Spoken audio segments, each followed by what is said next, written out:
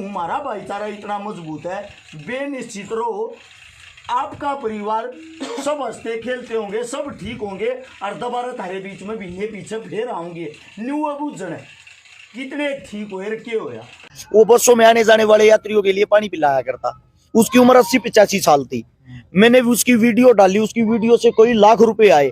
तुम एक बात बता दो, क्या यो बुजुर्ग जो हमारे श्यामी बैठा यो भी रोन की एक्टिंग करेगा? इस 80 से 85 साल के बीच की जिसकी उम्र होगी, जिसकी सारी जिंदगी धोखा में कट गई, और आज भी अपने बेटे ने, अपनी परिवार ने, अपने बालक बच्चा ने पालन के लिए रोड पर खड़ा होकर 100 रुपया में पूरा दिन पानी पियावे, और वे भी मिल रहे मिलना ना भी मिल रहे। बता सकते हो ये बात? यो जो इंसान है, यो इसके जो आंसू हैं इनका कोई मोल है? ये आंसू मतलब ये फेक आंसू समझना रहे, ये आंसू काट सकें? मेरा गला बर्राडे तक शब्द नहीं है हमारे पास। कहें एक आपके ये एरिया की बात बताता हूँ मैं।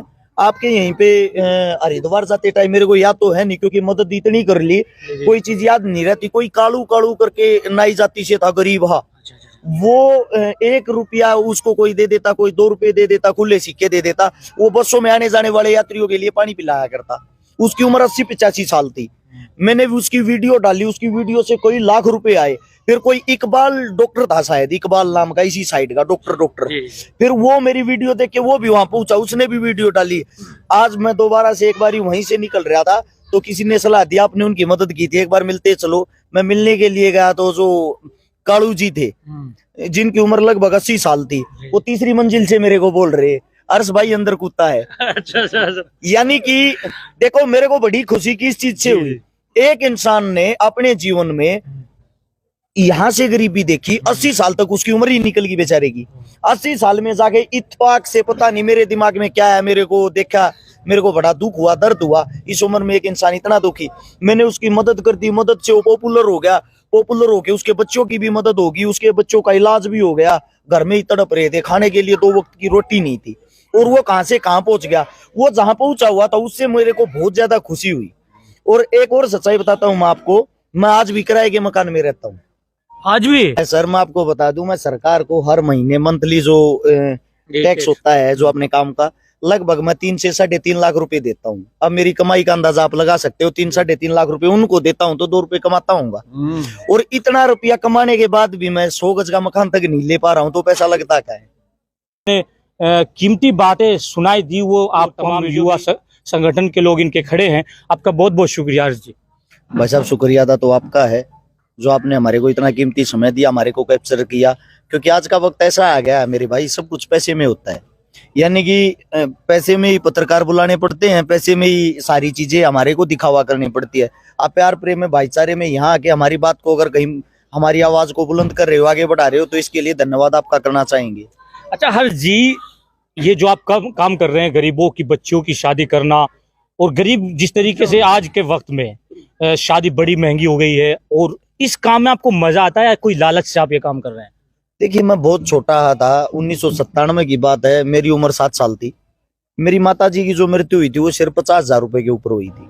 50,000 रुपए ना होने के कारण अस्पताल के बाहर 1 हफ्ते तक तड़पती रही, और वो सारा मंजर, सारी चीजें मैं अपनी आंखों से देख रहा था। उसके 1 साल के दौरान ही मेरी दादी, मेरा दादा स्वर्ग सिधार गए। इन सब चीजों को देखते हुए जो मेरा पिता था वो सद्बुद्धि खो बैठा, दिमागी हालत से पागल हो गया, देसी भाषा में बोले तो। मेरा जो भाई है वो मेरे से 3.5 साल छोटा है, यानी कि उसकी उम्र उस वक्त 3.5 साल थी। जब हम किसी के दर पे, किसी के दवार पे कुछ मांगने के लिए जाते थे, क्योंकि वो उम्र हमारी ऐसी तो थी नहीं कि अपने आप बना खा लें। जब हम पड़ोस में जाके लासी मांगते, अचार मांगते, या कुछ भी 2 रोटी मांगते, हमारे को गालियां मिलती थी, ताने मिलते थे। समाज क्या है, समाज के अंदर आज का जो समय है, जब लोग आपसे पूछते हैं आप करते क्या हो, ये जो वाक्य ना, ये बहुत भारी चीज है। वो अंदाजा लगाते हैं कि आपको इज्जत कितनी देनी है। अगर आप बताते हो मैं अफसर हूं तो आपको उसी हिसाब से पेश आएंगे। आप बताते हो मैं मजदूरी करता हूं तो आपको फिर उसी हिसाब से इग्नोर करेंगे। यही हालात उस वक्त हमारे थे, जब हमारे पास हमारे ताकत नहीं थी। ये दिखाई दे रहा है इनका कोई भविष्य ही नहीं, फ्यूचर ही नहीं है, तो इनको क्यों किसी भी तरह की मदद देना। दूसरी बात ये थी, ये काम 1-2 दिन 4 दिन का तो होता नहीं। जैसे कि जो अगर हमारी बात करोगे, जो हमारा समाज है, हमारे समाज के हिसाब से जब कोई मृत्यु हो जाती है, मौत हो जाती है, तो उसके 13 दिन तक, 13वीं बोलते हैं, 13वीं तक सभी इंसान इकट्ठे होते हैं। 13वीं तक अगर आपकी माता जी गुजर गई तो आपकी माता जी दुनिया भर की बनेंगी। सब ये बोलेंगे बेटे ये हम भी तुम्हारी माता, हम भी तुम्हारी माता। सच्चाई ये है, जब वो 13वीं का पल्लड़ उठता है, घर के बाहर से, घर के द्वार से सब आदमी चले जाते हैं, कोई अपना नहीं होता। अपने आप ही संघर्ष करना पड़ता, अपने आप ही मेहनत करनी पड़ती है। तो उस वक्त उन हालातों से मैंने एक चीज सीखी थी, अगर मालिक ने कभी मेरे को स्ट्रोंग बनाया, मेरे को मेरे पैरों पे खड़ा किया, मैं कभी किसी गरीब को परेशान नहीं देख पाऊंगा। उन चीजों को देखते हुए 2011-12 का दौरा आया, 21-22 साल हमारी उम्र हो गई थी, तो उसी के दौरान हमने ये चीजें देखी कि अब हम ताकतवर हो गए, हमारा संगठन हो गया, भाईचारा हो गया। उस भाईचारे के साथ मिलके एक सामूहिक रूप से हमने मददें करनी शुरू कर दी। वो करने में हमारे को खुशी होती थी, संतुष्टि मिलती थी। फिर वो करते करते हम 2015 में पहुंच गए। 2015 में मेरे एक साथी ने फेसबुक बना के दी। वो फेसबुक जब बना के दी, अच्छा आपकी एक बात रोकेंगे, जो इन्होंने फेसबुक का नाम लिया, अब आप ये मिलियन में जो है फॉलोअर्स हैं, जो ये मान के चलिए आपकी पूरी टीम है। 2000 कब में आपकी जो है आईडी बना के दी फेसबुक की? 2015 में। 2015 में फेसबुक की आईडी बना के दी। 2016 में हमारे हरियाणा में चला था जाट आरक्षण। उसके दौरान सोशल मीडिया पे वीडियो का ऑप्शन आया था। सबसे पहले वीडियो मैंने डाली थी, मैंने लोगों को बताया था आप खाली फोटो नहीं वीडियो भी डाल सकते हो। उसी वक्त लाइव का ऑप्शन आया था 2016 में। फिर हमने पहली मदद मैंने की, एक कोई किसान था जिसके दोनों हाथ यहाँ से कट गए थे करंट के कारण। उसकी 6 या 7 खाली बेटियां थी, गरीब परिवार से था। करंट के कारण ये हादसा हुआ तो किसी की समझ में नहीं आ रहा था इसकी मदद कैसे करें। उसकी मदद के तौर पे मेरे दिमाग में पता नहीं कैसे क्या है, मैंने वीडियो डाल दी और उस वीडियो से उसकी 22 लाख रुपए की मदद होगी। वो 22 लाख रुपए की जब मदद हुई, उस मदद के कारण 60% लोगों ने मेरे को गालियां दी कि आप कोई मदद कर रहे हो तो इस चीज का दिखावा क्यों करते हो। 40% आदमियों ने ये कहा कैसे भी कुछ भी हुआ, एक जरूरतमंद को पैसे मिल गया, अच्छा ही काम हुआ है। उसके बाद फिर एक फौजी था हमारे देश की शान, जिसकी सरकार की तरफ से कोई मदद नहीं मिल रही थी, वो शहीद हुआ था, उसको शहीद का दर्जा तक नहीं मिल रहा था। ऐसे ही कुछ झोल थी। वहां बड़े बड़े नेता मंत्री जाके उनका मजाक बना रहे थे, हम ये कर देंगे, हम वो कर देंगे, किसी से कुछ नहीं हुआ। फिर मैंने वो मदद जब करी ना, तो उनके खाते में 1 महीने में 60 लाख रुपए की मदद होगी, साथ में सरकार की तरफ से 45 लाख रुपए भी आ गए और शहीद का जो दर्जा वो भी मिल गया और उनको जमीन भी मिल गई उस चीज के लिए। मैंने देखा सोशल मीडिया में इतनी ताकत है तो इसका दिखावा करना चाहिए, लेकिन दिखावा करना चाहिए अच्छे कामों का। उस चीज को देखते हुए एक आपके ही एरिया की बात बताता हूं मैं। आपके यहीं पे हरिद्वार जाते टाइम मेरे को याद तो है नहीं क्योंकि मदद इतनी कर ली, कोई चीज याद नहीं रहती। कोई कालू कालू करके नाई जाति से था, गरीब हा, वो 1 रुपया उसको कोई दे देता, कोई 2 रुपए दे देता, खुले सिक्के दे देता। वो बसों में आने जाने वाले यात्रियों के लिए पानी पिलाया करता। उसकी उम्र 80-85 साल थी। मैंने उसकी वीडियो डाली, उसकी वीडियो से कोई लाख रुपए आए। फिर कोई इकबाल डॉक्टर था, शायद इकबाल नाम का, इसी साइड का डॉक्टर। फिर वो मेरी वीडियो देख के वो भी वहां पहुंचा, उसने भी वीडियो डाली। आज मैं दोबारा से एक बार वहीं से निकल रहा था तो किसी ने सलाह दिया, आपने उनकी मदद की थी, एक बार मिलते चलो। मैं मिलने के लिए गया तो जो कालू जी थे जिनकी उम्र लगभग 80 साल थी, वो 3री मंजिल से मेरे को बोल रहे, अर्श भाई अंदर कूदता है। अच्छा। यानी कि देखो मेरे को बड़ी खुशी किस चीज से हुई, एक इंसान ने अपने जीवन में यहाँ से गरीबी देखी, 80 साल तक उसकी उम्र ही निकल गई बेचारे की। 80 साल में जाके इत्तेफाक से, पता नहीं मेरे दिमाग में क्या है, मेरे को देखा, मेरे को बड़ा दुख हुआ, दर्द हुआ। इस उम्र में एक इंसान इतना दुखी, मैंने उसकी मदद कर दी। मदद से वो पॉपुलर हो गया, पॉपुलर होके उसके बच्चों की भी मदद होगी, उसके बच्चों का इलाज भी हो गया। घर में ही तड़प रहे थे, खाने के लिए 2 वक्त की रोटी नहीं थी और वो कहां से कहां पहुंच गया। वो जहां पहुंचा हुआ था उससे मेरे को बहुत ज्यादा खुशी हुई। और एक और सच्चाई बताता हूँ मैं आपको, मैं आज भी किराए के मकान में रहता हूँ। आज भी सर मैं आपको बता दूं, मैं सरकार को हर महीने मंथली जो टैक्स होता है जो अपने काम का, लगभग मैं 3 से 3.5 लाख रुपए देता हूँ। अब मेरी कमाई का अंदाजा आप लगा सकते हो, 3-3.5 लाख रुपए उनको देता हूँ तो 2 रुपए कमाता हूँगा। और इतना रुपया कमाने के बाद भी मैं 100 गज का मकान तक नहीं ले पा रहा हूँ, तो पैसा लगता क्या है।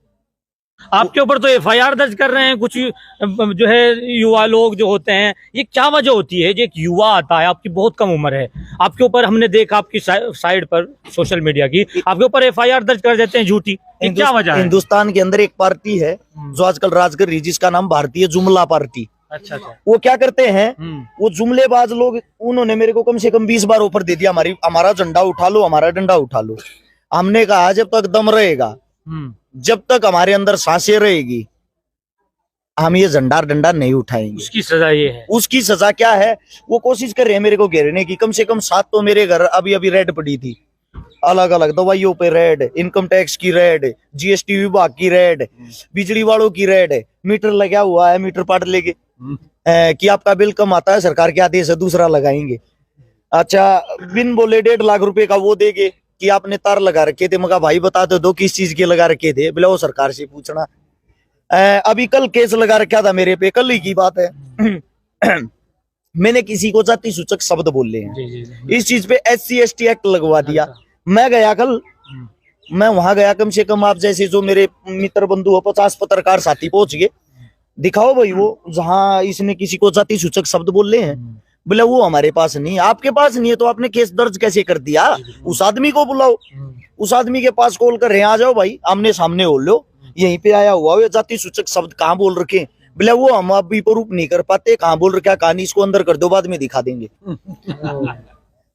इससे पहले अभी एक केस और लगाया जिसमें कल जमानत होनी थी लेकिन हो नहीं पाई। मेरे पे केस लगा रखा, मैंने किसी का प्लॉट कब्जाया है। अच्छा। सोनीपत के अंदर दानिश भाई वहीं रहता है, जो हमारा एरिया वो थोड़ा है क्राइम का एरिया है सोनीपत। जो मेरे पे केस लगा रखा है उसमें ये मैंने किसी का प्लॉट कब्जाया है और किसी को 5 लाख रुपए फिरौती मांगी है प्लॉट कब्जाने वाले पे। 16-17 मेरे साथ हथियार वाले थे, 20 मेरे साथ गुंडे थे और मैंने बहन बेटियों के साथ बदतमीजी की, उनके घर में ही जाके मारपीट की। अब इत्तेफाक देखना एक चीज का, इतना बड़ा केस होने के बाद SP साहब ने शिकायत दर्ज नहीं की उनकी, वे गए हैं सीधा CM के पास। CM को ना हमारे खट्टर साहब, उसने वहां से CM साहब वैसे तो मेरे को जानता नहीं मैं कौन हूँ, और सीधा अखबार में क्या खबर देता है, ये हर्ष चिकारा एक बहुत ही बड़ा गुंडा है। मेरे पे एक भी केस दर्ज नहीं है आज तक, कोई क्रिमिनल रिकॉर्ड नहीं है मेरा। ये बहुत बड़ा गुंडा, इतना बड़ा गुंडा है, इसके शहर के SP साहब ने इसके खिलाफ FIR दर्ज नहीं की। अच्छा, अब मेरे खिलाफ वहां से FIR दर्ज हो जाती सीधी CM हाउस से, वो FIR दर्ज होगी, मैं जाता हूँ SHO साहब के पास, मैं SHO साहब से पूछता हूँ, साहब मेरे को वो तो बता दो प्लॉट कहाँ है जो मैंने कब्जाया है, वो जगह कौन सी, मेरे को पता तो हो, कम से कम मेरे को तो ये पता होना चाहिए यह जगह कब्जाई है मैंने।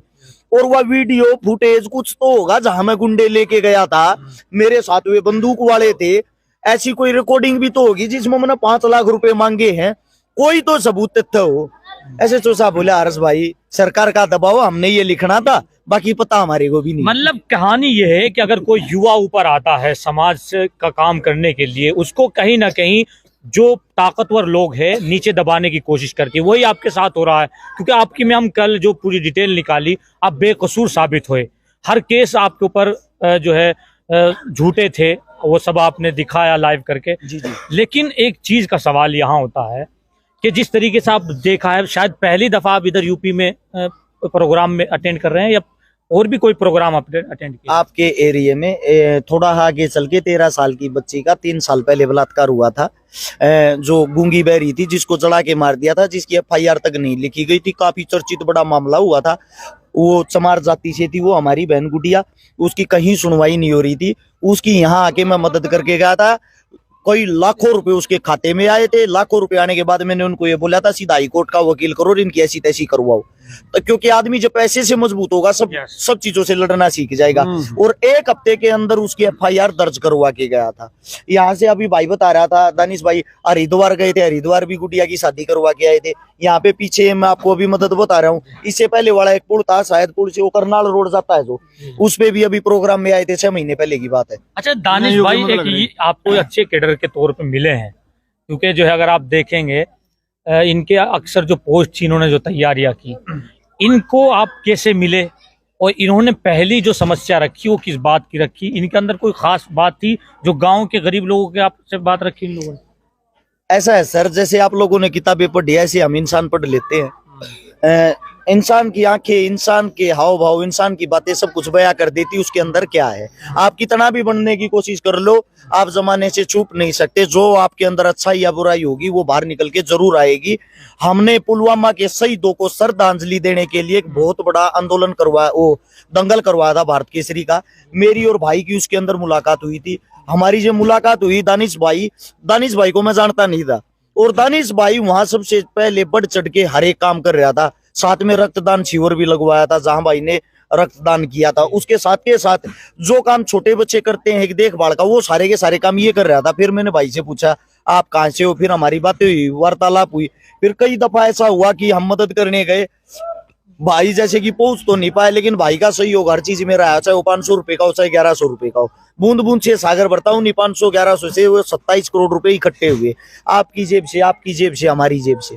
अच्छा दानिश भाई, कोई लालच तो नहीं है जब भाई से, या फिर किसी की सेवा के लिए आप जो है इनके साथ लगे हैं? क्या वजह रही है? भाई की कौन सी बात पसंद आई आपको? दानिश भाई को लालच है, दानिश भाई को लालच है। मैं जवाब देता हूँ इस बात का। दानिश भाई को लालच है भाईचारा जोड़ने का, क्योंकि दानिश भाई वहां सोनीपत रहता है। आपका जो एरिया है और हमारे एरिया में क्या फर्क है, वहाँ हिंदू मुस्लिम नहीं है, ठीक है। कहा मीडिया तो दिखा रहे यार, हर्ष भाई, मीडिया तो कह रही है हिंदू मुस्लिम फला, ये हिंदू फला सोनीपत मुस्लिम। का कहाँ दिखा रही है? आप लोगों का दिखा रही है, उत्तर प्रदेश का दिखा रही है। हिंदू मुसलमान को काटने वाला, मुसलमान हिंदू को काटने वाला। शाम के 8 बजे खबर देखोगे ना, एक दूसरे की गर्दन पे तलवार रख के ऐसे दिखा रहे हैं, अगर बाथरूम तक गए कहीं गर्दन कट के ना पड़ जाए। आप जमीनी सतर पे बताओ मेरे को, मैं हर जगह जाता हूँ, ऐसी कोई जगह ही नहीं जहां मैं नहीं गया हूँ। जयपुर के अंदर 2.5 लाख मुसलमान साथियों का ग्रुप है, मेरी टीम है वो। इतना वहां के जो मुसलमान आपस में एक दूसरे को नहीं जानते, मेरे को जानते हैं। फिर ऐसे युवा भी तो सामने आते हैं ना, फिर हिंदू मुस्लिम पे होता क्या? ये लोग जानते नहीं है टीवी की बात को। मैं बताता हूँ क्या होता है। टीवी वालों को इतनी घूस दी गई है कि जहां भी हिंदू मुसलमान दिखाई दो वहां बाल की खाल बना दो, उसको पीस के इतना जबरदस्त तरीके से पेश कर दो, जब तक उसकी सच्चाई सामने आए, उसको लोगों को उसके बाद की जो चीजें हैं गलत सही का पता लगे, तब तक तो आतंक मच जाए। यानी कि लोगों ने रोजगार ढूंढ लिया। अच्छा, आप लोगों ने एक चीज देखी, डिबेट होती है, डिबेट में हिंदू प्लस मुसलमान को बैठा देते हैं। वे दोनों ऐसे होते हैं, दोनों साइड के मूर्ख है। मुसलमान तो उस हिंदू को गालियां देगा, उसकी कमियां बताएगा, हिंदू उस मुसलमान को गालियां देगा। क्या आज तक एक भी डिबेट के अंदर उन दोनों की तरफ से किसी ने भाईचारा जोड़ने की कोशिश की? क्या आपने कभी ये देखा है उन दोनों ने कभी शिक्षा, स्वास्थ्य, रोजगार के ऊपर चर्चा की हो? नहीं की ना। हमारा देश जहां कहा रहा है, हमारे देश में क्या 2 ही मुद्दे हैं, हिंदू मुस्लिम, किसी की किसी के साथ लड़ाई नहीं।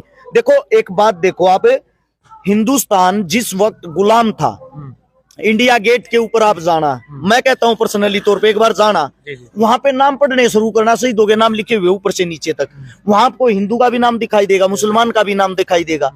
तो आप ये बताओ, ये जो देश है, ये देश हम सब से मिलके ही तो बना होगा। दूसरी बात, जिन मुसलमानों को ये कहते हैं मुसलमानों ने हमारे पे आक्रमण किया, मुसलमानों ने हमारे को धोखा दिया, मुसलमानों ने हमारे साथ ये किया, वो मुसलमान हमारा था ही नहीं। आप लोगों को पता है मुगल कहां से आए थे? बाहर से आए थे। बाहर से आके हमारे पे उन्होंने अपना हक जताया, बाहर से आके उन्होंने हमारे पे क्रूरता की। आपको नहीं पता हो तो यहाँ के सच्चे मुसलमान ने, एक भी मुसलमान ने उन मुगलों को अपनी बेटी तक नहीं दी, क्योंकि उनको बाहर का मुसलमान मानते थे, वो हमारे थे ही नहीं। तो आप गलत किनको कह रहे हो? गलत उनको कहो ना जो आपके आका थे, जो बाहर देश से आए थे आपके ऊपर। उससे पहले अभी मैं जो बातें बता रहा था, तैमूर जो एक मंगोलिक शासक था, जो चंगेज खान का वंशज था, वो यहाँ आता, यहाँ के क्रूरता मचाता है, सब कुछ तोड़ फोड़ करता है। वो हमारा मुसलमान कहां से हो गया? हमारा मुसलमान वो मुसलमान है जो हिंदुस्तान के लिए लड़ा है, हिंदुस्तान के लिए जिया है, हिंदुस्तान के लिए मरा है, और आज भी हिंदुस्तान के लिए जीता है। हिंदुस्तान जो सरजमी है, अगर उसके आप बॉर्डर पे जाओगे, मैं अभी गया था, मैं चाइना बॉर्डर पे गया, देख तो ले यार चाइना कितना अंदर घुस रहा, कैसे झगड़ा। फौजी भाई पता क्या बोल रहे थे, हर्ष भाई टीवी देखते रहो, यहाँ कुछ नहीं है ऐसा, कोई गुलामी, कोई झगड़ा, कोई वो नहीं। बीच में व्हाइट कलर का एक टेंट बना रखा था, जहां हर रोज डेली शाम को डिबेट होती है, हिंदुस्तानियों की, चीनियों की, बैठ के वहां मुलाकात होती है। वहां से ये बताया जाता है उनको कि ऊपर से आदेश है दिल्ली से, आप लोगों ने गर्मा गर्मी का माहौल बनाना है क्योंकि चुनाव आ गया। मैं आपसे पूछता हूँ, वो पाकिस्तान अब इस वक्त कोई भी गोला क्यों नहीं फेंक रहा, कोई भी हमला क्यों नहीं कर रहा? भैया जी चुनाव नहीं है,